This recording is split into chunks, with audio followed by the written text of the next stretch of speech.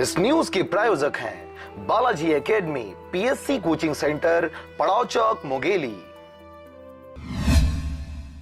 छत्तीसगढ़ में शिक्षा गुणवत्ता व छात्रों के सर्वांगीण विकास के उद्देश्य से राज्य शिक्षा विभाग द्वारा आवश्यक दिशा निर्देश देते हुए कार्यक्रम व क्रियाकलाप करने के निर्देश दिए जा रहे हैं।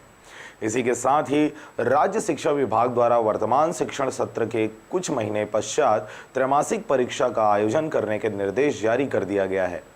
मुंगेली जिले में भी कक्षा 9वीं से लेकर कक्षा 12वीं तक के त्रैमासिक परीक्षा आयोजन 24 सितंबर से लेकर 1 अक्टूबर तक किया जाएगा। इस हेतु जिला शिक्षा अधिकारी द्वारा जिले के सभी प्राचार्यों को आवश्यक दिशा निर्देश दिया गया है। हमारे यहाँ कक्षा 9वीं से 12वीं का टाइम टेबल हमने जारी कर दिया है।